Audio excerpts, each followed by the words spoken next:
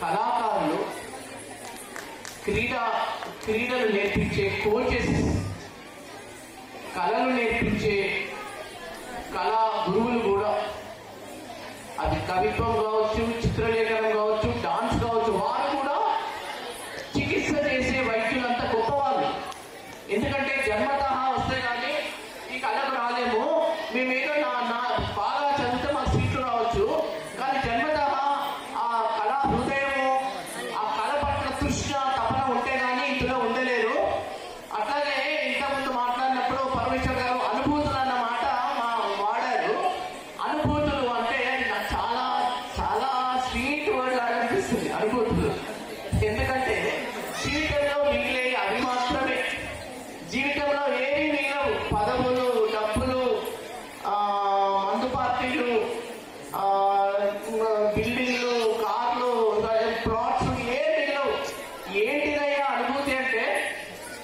అనుభూతి అంటే ఏంటంటే ఏనాడు ఏ సందర్భంలో మన హృదయం ద్రవిస్తుందో, ఎప్పుడు మన ముసుకుపోయిన హృదయం తెరుచుకొని ఉంటుందో ఒక బ్లిస్ఫుల్ స్టేట్, దాన్నే తన్మయత్వము, అనుభూతి, ఎక్స్టసీ ఇలా అంటారు.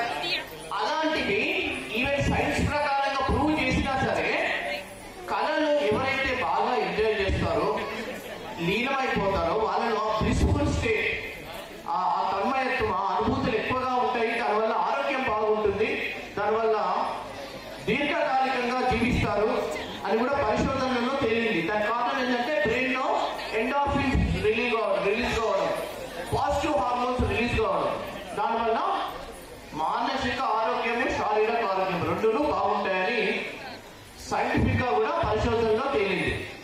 సో ఇలాంటి గొప్ప కళారూపాలకి, కళామ తల్లి సేవలకి అంకితమైన పరమేశ్వర్ గారికి, వారి సతీమణి